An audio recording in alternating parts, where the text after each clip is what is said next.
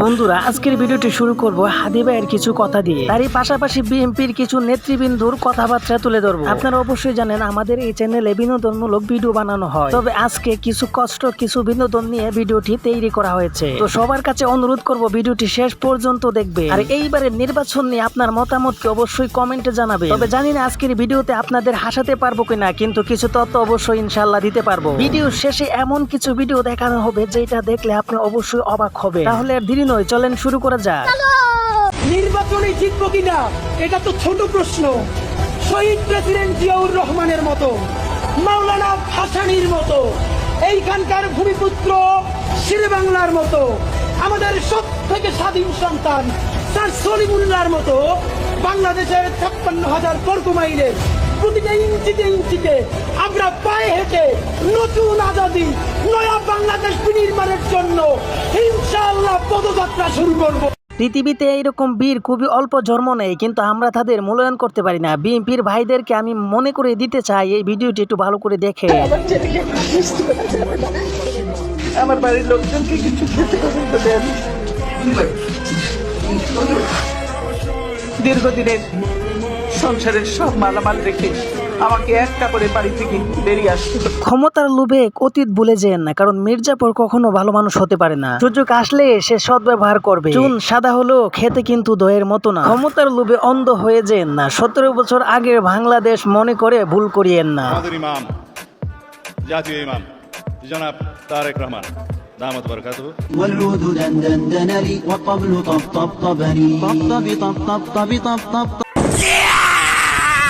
বন্ধুরা, এইটা ছিল নির্বাচনের আগের চিত্র। কারণ ক্ষমতায় আসার জন্য অনেকভাবে অনেক মানুষ তেল মারতে পারে, তবে নির্বাচনের পরে দেখা যাবে তাদের আসল রূপ। মনে রাখবেন, we have a plan.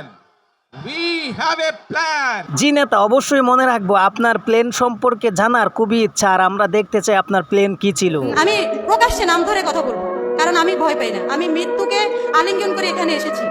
BNP এখন বলে হচ্ছে আমরা সব উল্টে ফেলেছি, কিন্তু ফখরুল ইসলাম আলমকে নিজেই বলছে যে আমরা ছাত্রদের পক্ষে নেই। কত বড় মিথ্যাবাদী হলে একজন নেতা এরকম কথা বলতে পারে? তার জানা উচিত এবং বোঝা উচিত সে একজন পুরুষ মানুষ। পুরুষ মানুষের মুখের জবান তো একরকম থাকে। বোন, আপনি ঠিক কথা বলছেন। কিছু মানুষ ক্ষমতার জন্য অনেক কিছুই করতে পারে, আর কিছু মানুষ ক্ষমতা নয় মানুষের জন্য অনেক কিছু করতে চায়, কিন্তু হয়তো ভাগ্যে কিংবা মানুষ তাদেরকে করতে দেয় না। কখন যাবেন ভোট দিতে? না না, এবার ফজরে গেলে হবে না, এবার তাহাজ্জুদের নামাজ পড়ার জন্য উঠতে হবে। তাহাজ্জুদের নামাজ পড়বেন এবং ভোট কেন্দ্রের সামনে গিয়ে যার যেই ভোট কেন্দ্রের সামনে গিয়ে ফজরের নামাজ জামাত করে আদায় করবেন এবং তারপরে লাইন দিয়ে ভোটের জন্য দাঁড়িয়ে যাবেন যখনই ভোট কেন্দ্র করবে। পারবেন ইনশাআল্লাহ? তাহলে কথা একটাই, করব কাজ, গর্ব দেশ, সবার আগে বাংলাদেশ। তেমন কিছু না, ভাইজান বলতেছে মসজিদে বিরিয়ানি বানাইছিল, চাল কম হইছে না মাংস কম হইছে বলতেছে, কিন্তু লোকটি বলতেছে মাংস। বলতেছে না, তোমার কথা বিশ্বাস করি না। বিশ্বাসিত একজন লোককে জিগাই কি কম ছিল। ভাই আপনি কি কান সাইলকম ভাই সাইলকম দেখছো, কইলাম না সাইলকম ছিল। কি রে, এখনো তো আমি নাই, তাহলে ভোট চুরি হচ্ছে কেন? তুমি নাই, কিন্তু তোমার আদর্শরা ধারণ করেছে। আবার হয়তো স্বৈরাচারের জন্ম হলো। আবার নতুন স্বৈরাচার, আবার রক্ত, আবার চাঁদাবাজি, ক্ষমতার দাপট। তাহলে আমি কি দোষ করেছিলাম? বাংলাদেশ আবার হয়তো হেরে গেল। হাসু আপা, আপনি এত খুশি হেন না, কারণ খুশি হওয়ার কিছুই নেই। আপনাকে যেভাবে তাড়ানো হয়েছিল, কেউ যদি আবার ওই রকম হতে চায় তাহলে তাদেরকেও সেম ভাবে তাড়ানো হবে। ঠিক বলেছো। বাসা এখানে ছিল, আপনারা জানেন। আমি 25 বছর মাহমুদপুর বাস করছি, এখন মিন্টু রোডে থাকি। আমি এই কেন্দ্রেই ভোট দিতে আসছিলাম।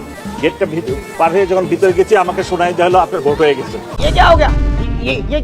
আমরা বাঙালি, আমরা জাতিগতভাবে সমস্যা। আমরা কোনো ফেয়ার নির্বাচন। আমার বাপ দাদারা চোরা ছিল, এখন আমরা চোর। ভবিষ্যতে আমার হুতাইন শুরু হইব। সুযোগ পাইলে সুযোগ কেউ হাতছাড়া করতে চায় না। যেরকম এইখানে ভাইজানকে দেখেন, ভাইজান কি রকম কাজটাই না করতেছে। তুই সমঝা? नहीं तू समझा नहीं। আরে এত তাড়াতাড়ি কি বুঝবে? ভিডিও তো মাত্র কেবল শুরু হলো। বুঝতে হলে তো সম্পূর্ণ ভিডিওটি দেখতে হবে। তাহলে চলেন দেখে আসি।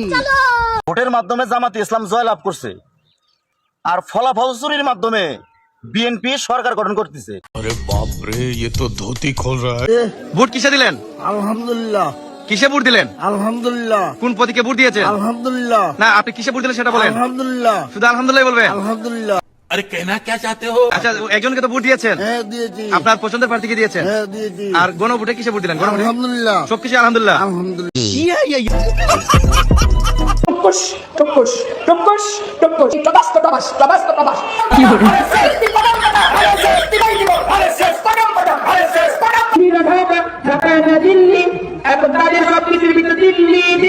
নামই হয়েছে ভাই পাপিয়া, তার কাজ কি আর ভালো হবে? তবে দিল্লি বিল্লা চিল্লান দিয়া লাভ নাই, কারণ দিল্লিতে আপনাদের জায়গা নাও হতে পারে। ক্ষমতায় বিএনপি থাকে আর যদি আপনারা অন্য দলকে ভোট দেন, আমি কিন্তু আপনাদের কাউকে ছাড়বো না। ঘর বাড়ি সব পুরা সরকার করে দেবো। কি বুঝলেন? তেমন কিছু না, নেতাজির পাওয়ার দেখাইতেছে, পাওয়ার। এত বছর যুদ্ধ করছে একটা ফেয়ার ইলেকশন, একটা স্বতন্ত্র প্রার্থীর নেতা কর্মীদের সাথে তারা কি আচরণ করছে? আপনারা বলেন ওই দলে আবার আমি ফিরবো?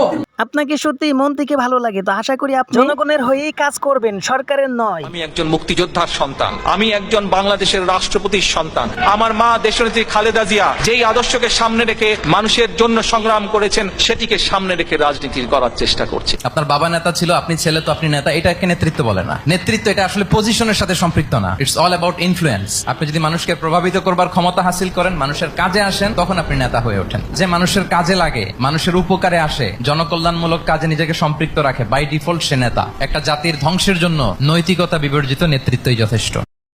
নাও হাস, ধানে শীষ খাও, কি মজা, কি পছন্দ। ওনার বাসার সামনে একটা মিটিং রুকো যারা, সবার করো। নয়ন যত কথা বলবে মির্জা আব্বাসে বলবে। মির্জা আব্বাস যদি ভালো কিছু চায়, সে নয়নকে চুপ করাবে। বলবো নয়ন তুমি ভালো হয়ে যাও। জি পাটোয়ারি ভাই, তাহলে চলেন আমরা দেখে আসি তারা কি রকম ভালো হয়েছে। সময় কম, শুরু করো।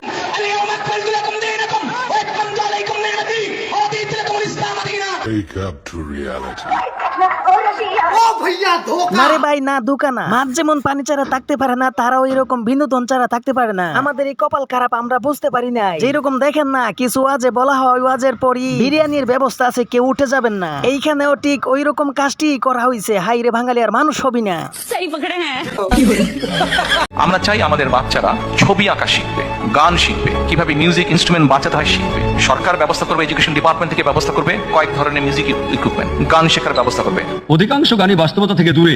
আর সঙ্গীতে মানুষ যখন প্রিয় ব্যক্তির প্রশংসা করে বা আবেগ প্রকাশ করে, যতই সে আবেগ দেখায় ততই বাস্তবতা থেকে দূরে সরে যায়। এই কারণে হিন্দি সিনেমার গানে দেখবেন নায়িকাকে নায়ক বলছে, আমি তোমাকে চাঁদ এনে দেবো, আমি তোমাকে তারা এনে দেবো, যা সম্ভব নয়। দেখা যায় মানুষ বন্ধুদের সাথে যায়, কাপড় চোপড় খুলে ফেলে, ভিন্ন আবেগ আচ্ছন্ন হয়ে পড়ে। এই কারণে নবী সাল্লাল্লাহু আলাইহি ওয়াসাল্লাম নিষেধ করেছেন। এগুলো মানুষকে দূরে সরিয়ে নেয় আল্লাহ সুবহানাহু ওয়া তাআলার কাছ থেকে। তো বন্ধুরা, বলছিলাম শেষে এমন একটি ভিডিও রয়েছে যেটা দেখলে আপনারা অবাক হবেন। তো আমরা শেষ পর্যায়ে এসে পড়েছি। এই ভিডিওটা দেখে আমরা ভিডিও শেষ করে ফেলবো। এই লোকটি আমাদেরকে ভালো রাখার জন্য অনেক চেষ্টা করছে, কিন্তু লোকটি জানতো না অন্যদের দেশে আয়না বিক্রি হয় না।